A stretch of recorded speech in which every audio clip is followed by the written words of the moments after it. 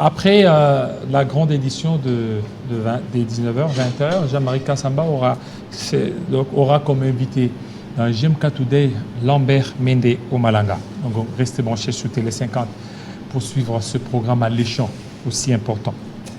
Alors, nous allons parler de Tanganyika, une guerre qui est là. On a suivi tous une vidéo de la destitution de la gouverneure. On dit du président de cette assemblée provinciale qui serait de l'AFDC et qu'il aurait refusé d'obtempérer certainement à la décision du ministre de l'Intérieur. Nous allons essayer d'en parler avec M. Ali Massi. Bienvenue. Merci beaucoup, M. Jean-David Kilolo. Vous êtes serein dans l'union sacrée? Si. L'union sacrée reste une et indivisible. Alors, pour un intérêt commun ou un objectif commun, cet objectif, c'est de faire élire le président Félix Tshisekedi Tshilombo en 2023 pour son deuxième mandat. Et c'est ça aujourd'hui l'idéal pour l'autorité morale, le président statutaire de l'AFDC, monsieur le professeur Modeste Bahati Lukwebo. Voilà, après Zoé Kabila, cette fois-ci c'est Julie Ngungwa qui est déchue. Zoé Kabila, on a vu, il a relancé la province de Tanganyika. Cette fois-ci c'est Julie. Et qu'il y aurait une guerre entre l'UDPS ainsi que l'AFDC. Il n'y aura jamais une guerre entre l'UDPS et l'AFDC. Il n'y a que les gens qui, apparemment, qui ne maîtrisent pas les choses, qui cherchent à allumer les feux inutilement.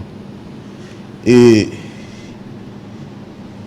le président Bahati Lukwebo est de loin et de très loin dans cette histoire. Et c'est lui qui est d'ailleurs accusé d'être... Nous devons les faire respecter parce qu'il représente toute une institution de la République.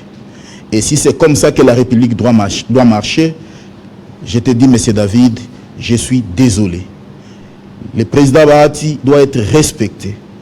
Et les services de sécurité, ainsi que notre justice, doit protéger ce président du Sénat, qui est une grande institution de la République, vis-à-vis des gens qui veulent les prendre comme leurs amis. Mais ça m'étonne que c'est lui qui est à la base. N'est pas leur ami. Celui qui serait à la base de la déchéance n'est pas leur ami.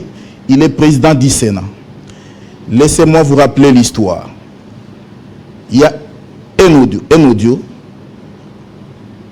des injures ou des échanges entre la gouverneure de Chi et la députée provinciale Abiba, où le nœud du problème pour la gouverneure, c'est le fait que le président de l'Assemblée provinciale lui avait demandé 100 000 $ et qu'elle n'avait pas donné.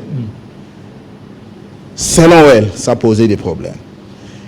Du fait que, depuis qu'elle est là, elle avait trouvé des dettes contractées par cette assemblée provinciale, dont elle est en train de payer 291 millions chaque mois. Et cela, sans que ça ne soit tracé. Moi, je crois que la justice doit s'en saisir, ainsi que l'IGF, pour demander à le gouverneur où est-ce qu'elle puisait cet argent pour payer des dettes alors que cette somme n'est pas tracée.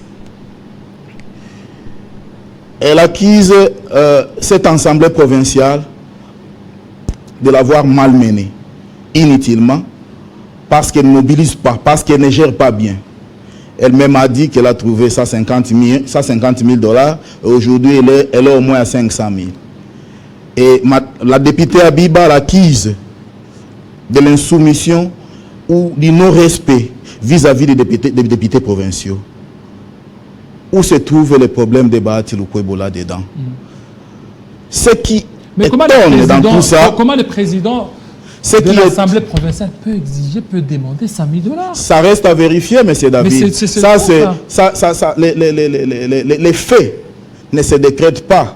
Les faits se prouvent. Ça, c'est la gouverneure qui dit ça. Mais ce qui étonne, je ne sais pas s'il y a des guéguerres entre les membres de l'IDPS qui peut-être veulent montrer à la face du monde que l'actuel ministre de l'Intérieur ne fait pas son travail. Et ça, ce n'est pas bon. Surtout que le message qui vient allumer le feu, c'est le message venant d'un ministre de l'Intérieur qui venait d'être remplacé par ce Peter Kazadi qui est aujourd'hui ministre de l'Intérieur, qui est en train de faire son travail. Qu'est-ce que M. Asselo veut ou en veut à M. Peter Kazadi? Lorsqu'on a travaillé dans la sécurité, moi je crois qu'une fois qu'on quitte, on doit se taire. Il y a Kankonde qui était là depuis qu'il est parti, il n'a jamais fait de déclaration. Il n'a jamais allumé les faits. Pourquoi Asselo veut les faire aujourd'hui? Aussi, si Asselo a fait ce message à M. Augustin Kabouya, pourquoi M. Kabouya, un message qui lui a été adressé, peut le publier dans les réseaux sociaux? Vous ne voyez pas qu'il y a l'anguille sur roche, où on cherche la tête de Peter Kazadi, qui est aujourd'hui ministre de l'Intérieur, où on cherche alors à montrer que dans l'IDPS, il n'y a pas une bonne organisation. On ne cherche pas l'époux sur une tête chauve. Est-ce que Bahati Lukwebo n'y est pour rien dans tout ce qui se passe à Tanganyika. D'ailleurs, il n'est pas de Tanganyika.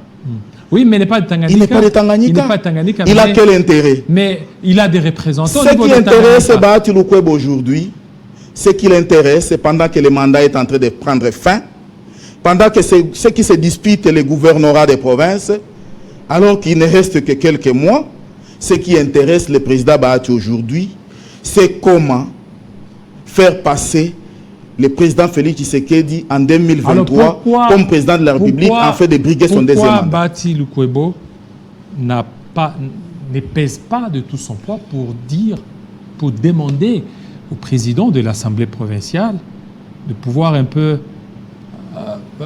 temporiser pour laisser le temps à Julie Ngongwa de continuer jusqu'aux élections. Parce que pendant ce temps, vous voyez, reprendre les élections au niveau des Tanganyika, c'est retarder la province. Pourquoi ne pas privilégier l'intérêt supérieur des Tanganyika? D'abord, je voudrais vous dire que c'est une voie démocratique. Et Bahati Lukwebo ne peut jamais s'emmêler dans une histoire qui se passe dans une assemblée provinciale. Mais c'est politique aussi. Si Mme Ngongwa trouve que la procédure n'a pas été respectée, il y a les voies légales. Il y a les voies légales. De mettre des gigolos sur les rues ou dans les réseaux sociaux pour vilipender tout un président du Sénat de la République. Tout un président qui gère toute une grande institution de la République. Il y a les voies légales. Elle-même a dit, elle connaît les nez du problème. Pourquoi elle doit mettre des gigolos dans les réseaux sociaux pour vilipender le président du Sénat? Des gigolos, vous dites ça. Mais c'est fort ça. Retirer ce terme. Écoutez, maintenant, les gens passent au nom de l'IDPS, alors que l'IDPS peut-être ne sait pas les identifier. On peut les qualifier de... Et puis, vous voyez les images, il y a même des bagarres là. Ça, c'est à l'Assemblée provinciale au niveau de Tanganyika. Oui. Est-ce que Bahati Lukwebo est là? Mais le président de l'Assemblée provinciale est de l'AFDC. Est-ce que le président de l'Assemblée provinciale, seul, peut faire partir une gouverneure de province? Ou c'est l'ensemble des députés qui sont passés au vote? Mais ils peuvent influencer, non? C'est la voie démocratique qui a fait à ce que les députés puissent décider sur le sort. Mais pourquoi ne pas influencer? Il devait influencer pour il va influencer quoi? Pour ne pas arriver jusqu'à ce point. Est-ce que c'est la première expérience dans cette République où on vient de voir un gouverneur ou une gouverneure être déchu? Mais le temps, le problème c'est quoi? Et c'est le temps, c'est temps ici. Vous dites que Bahati Lukwebo est préoccupé pour l'élection ou la réélection de Félix Tshisekedi. Pourquoi ne pas privilégier? C'est ce qui l'intéresse. Voilà, pourquoi ne pas privilégier cette option-là? Parce que le fait de déstabiliser la province de Tanganyika, si pas lui ou bien peut-être les autres là, ça fragilise encore le pouvoir de Félix Tshisekedi. Écoutez, il est de très loin encore, je le répète, Bahati Lukwebo, pour ce qui se passe à Tanganyika. C'est la voie démocratique. Les députés ont jugé bon de faire partir la gouverneure, quitte au gouverneur de voir si la procédure a été respectée, oui ou pas. Oui ou non, j'allais dire. C'est à elle. Il y a la Cour d'appel, il y a le Conseil d'État. Et pourquoi Quand Théon Ngouabidje, qui est de l'AFDC au Sud Kivu, actuellement il est de l'UDPS. Actuellement est devenu de l'UDPS, l'AFDC n'a pas dit mot. Et pourquoi, quand on a changé la casquette de Ngouabidje de l'AFDC à l'UDPS, on n'a pas indexé Bahati Lukwebo? Là, on n'a pas cherché la paix. C'est seulement lorsque ça se passe à Tanganyika qu'on doit indexer Bahati. Et le président... Au Maniema, il y a eu le vice-gouverneur de l'AFDC qui a été déchu par l'Assemblée provinciale. Pourquoi on n'avait pas indexé Bahati Lukwebo?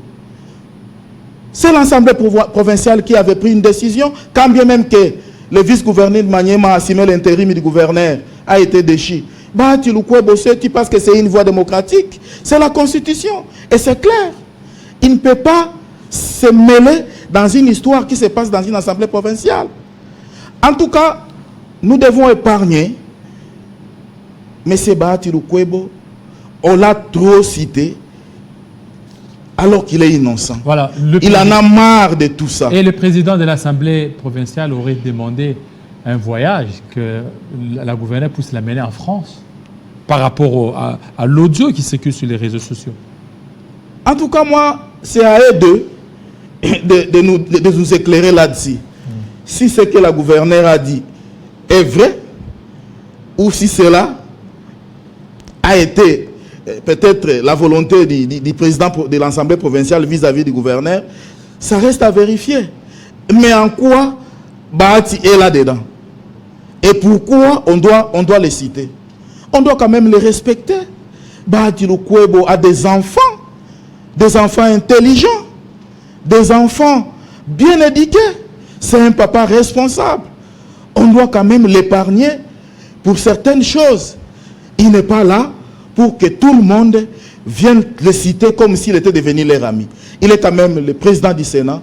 Moi, je crois que les institutions et les services de sécurité doivent, dans un pays sérieux, devraient les sécuriser, surtout suivre ou poursuivre tous ces gens qui se mettent dans des réseaux sociaux pour l'injurier et se moquer de tout un président d'une grande institution comme d'autres, telles que la primature, l'Assemblée nationale et la présidence de la République. Merci beaucoup. On doit les faire respecter.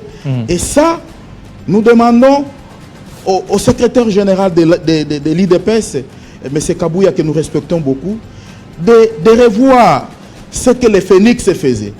Etienne Tshisekedi Wamulumba de Res Mémoire, qui travaillait plus avec les fédéraux, parce que les fédéraux savaient au moins contrôler tous les membres de l'IDPS pour éviter ces dérapages qui se passent chaque jour dans ces pays au nom de l'IDPS, alors que peut-être l'IDPS n'y est pour rien. Voilà, merci beaucoup, M. Kalimassi, pour ces éclaircissements.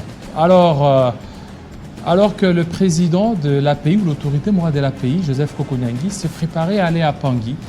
Mais à la dernière nouvelle, ceux qui étaient là, ils ont dû remarquer dans sa résidence un homme armé qui attendait tout simplement sa venue au niveau des Pangui. Déjà, tous les Panguistans sont certainement mobilisés et révoltés par rapport à cet incident. Et la volonté, c'est quoi? On ne sait pas, mais ça, c'est selon les dernières informations que nous avions eues. Et les Panguistans veulent à tout prix certainement protéger leur leader. Leur leader, c'est Joseph Kokonyangi Witanene. Voilà, c'est sous ces notes que nous bouclons notre Kinshasa Direct. Restez branchés sur Télé 50.